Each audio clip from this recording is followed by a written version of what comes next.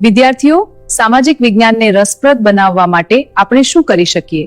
જુઓ આ વિડિયો જે પાઠક સાહેબે બનાવ્યો છે, તે આપણને રસપ્રદ માહિતી આપશે. નમસ્કાર. ચાલો આજે એક બહુ જ અગત્યના સવાલ પર વાત કરીએ.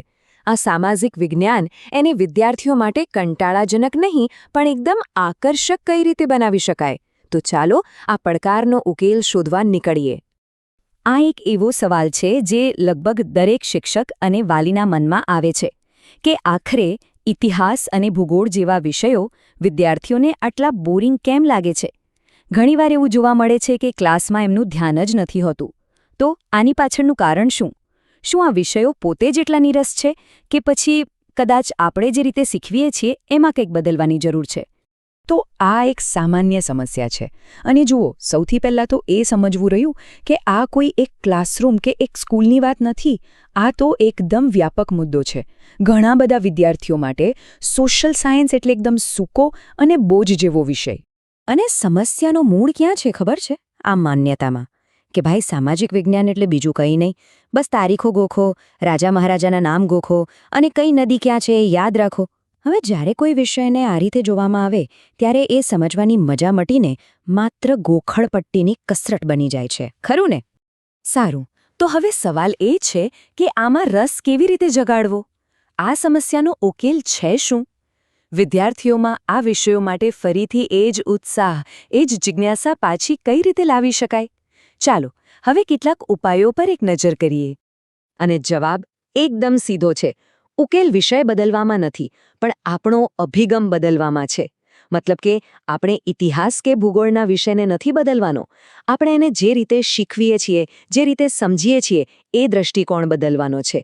આખી સમસ્યા વિષયમાં નથી, પણ એને રજૂ કરવાની આપણી પદ્ધતિમાં છે. આ માટે મુખ્યત્વે 3 પાયાના સિદ્ધાંતો છે, 3 પગલાં.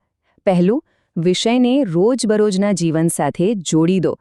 બીજું, વિદ્યાર્થીઓ માત્ર સાંભળે નહીં પણ સવાલો પૂછે, જાતે શોધખોળ કરે, એ માટે એમને પ્રોત્સાહન આપો. અને ત્રીજું, આખી શીખવાની પ્રક્રિયાને વિઝ્યુઅલ અને ઇન્ટરેક્ટિવ બનાવો, મતલબ કે કંઈક જોવાનું હોય, કંઈક કરવાનું હોય. ચાલો તો હવે સૌથી પહેલાં વાત કરીએ ઇતિહાસની. આ એ જ વિષય જે ઘણીવાર ખાલી ભૂતકાળની ઘટનાઓની એક લાંબી લિસ્ટ જેવો લાગે છે. તો આને એક આકર્ષક વાર્તામાં કેવી રીતે ફેરવી શકાય? જુઓ, ઇતિહાસ ત્યારે જ રોમાંચક બને છે જ્યારે આપણી ઘટનાઓને અલગ અલગ ટુકડાઓમાં નહીં પણ એકબીજા સાથે જોડાયેલી કડીઓ તરીકે જોઈએ, એક આખી સળંગ કહાણીની જેમ. જેમ કે કોઈ જૂની ઘટનાને આજના સમય સાથે જોડીએ કે ભાઈ વર્ષો પહેલાં બનેલી કોઈ ઘટનાની અસર આજે આપણા શહેર કે ગામ પર શું છે. આવું કરવાથી એ વિષય તરત જ વધુ જીવંત અને કામનો લાગવા માંડે છે. આ માટે કેટલીક મસ્ત રીતો છે. જેમ કે ખાલી તથ્યો ગણાવવાને બદલે એક વાર્તાની જેમ કહો. ક્લાસમાં જ કોઈને રાજા કે રાણી બનાવીને રોલ પ્લે કરાવો. આજુબાજુ કોઈ જૂનો કિલ્લો કે ઇમારત હોય તો એની વાત કરો. અને સૌથી મજેદાર, જો આવું થયું હોત તો જેવા સવાલો પૂછો. વિચારો, જો પાણીપતનું યુદ્ધ કોઈ બીજું જીત્યું હોત તો આજે શું થાત? બસ આવા સવાલોથી એમની કલ્પના શક્તિને પાંખો મળી જશે. સારું, ઇતિહાસની વાત તો થઈ. હવે જરા ભૂગોળ તરફ વળીએ. આ જ બધા સિદ્ધાંતો ભૂગોળને રસપ્રદ બનાવવા માટે પણ એટલા જ કામના છે. કારણ કે ભૂગોળ એટલે ખાલી નકશા અને આંકડા નહીં, એ તો આપણી આસપાસની આખી દુનિયાને સમજવાની એક ચાવી છે. જરા આ તફાવત જુઓ.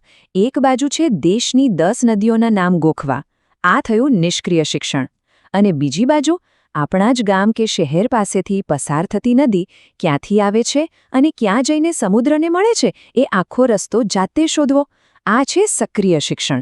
આનાથી આખી શીખવાની પ્રક્રિયા એકદમ પર્સનલ અને યાદગાર બની જાય છે. આ માટે ઘણી મજેદાર પ્રવૃત્તિઓ કરી શકાય. જેમ કે વિદ્યાર્થીઓને પોતાના જ વિસ્તારનો નકશો બનાવવાનો પ્રોજેક્ટ આપો. ગૂગલ અર્થ પર આખી દુનિયાની વર્ચ્યુઅલ ટૂર કરાવો. ક્લાઇમેટ ચેન્જ જેવી અત્યારની ઘટનાઓ સાથે ભૂગોળને જોડો.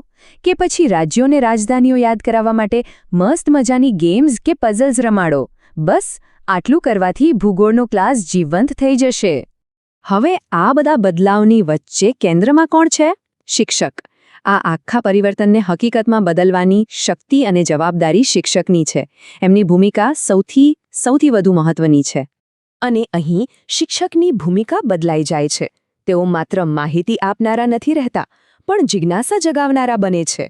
એમનું કામ ખાલી ફેક્ટ્સ આપવાનું નથી, પણ વિદ્યાર્થીઓમાં કેમ અને કેવી રીતે જેવા સવાલો પૂછવાની આદત પાડવાનું છે. ટૂંકમાં તેઓ જ્ઞાનના ભંડાર નહીં, પણ જ્ઞાન સુધી લઈ જનાર ગાઈડ બને છે. આ માટે ક્લાસનું વાતાવરણ એવું બનાવવું પડે જ્યાં કોઈ પણ વિદ્યાર્થી ગમે તેવો સવાલ પૂછતા ડરે નહીં, જ્યાં એમને લાગે કે તેમના વિચારોનું પણ મહત્વ છે, જ્યાં એમની જિજ્ઞાસાને દબાવવામાં ન આવે પણ એની ઉજવણી કરવામાં આવે. શિક્ષણ એ માત્ર એક લેક્ચર ન રહેતા એક જીવંત અનુભવ બનવો જોઈએ. અને અંતે આખી વાતનો સાર બસ આટલો જ છે. આપણો ધ્યેય ખાલી તથ્યો શીખવાડી દેવાનું નથી, પણ શીખવા માટેની એક એવી ભૂખ, એક એવી જિજ્ઞાસા જગાવવાનું છે જે આખી જિંદગી એમની સાથે રહે. પરીક્ષાના માર્ક્સ તો આવી જ જશે, પણ આ જિજ્ઞાસા એમને જીવનભર કામ લાગશે. તો સવાલ એ છે કે આપણે આવતીકાલના જિજ્ઞાસુ નાગરિકોને કેવી રીતે તૈયાર કરીશું? કારણ કે યાદ રાખજો, જ્યારે આપણે સામાજિક વિજ્ઞાનને રસપ્રદ બનાવીએ છીએ ત્યારે આપણે ખાલી એક વિષય નથી ભણાવતા, આપણે વિચારશીલ, જાગૃત અને સવાલો પૂછનારા નાગરિકોનું ઘડતર કરીએ છીએ. અને સાચું કહું તો આનાથી વધારે અગત્યનું કામ બીજું કયું હોઈ શકે?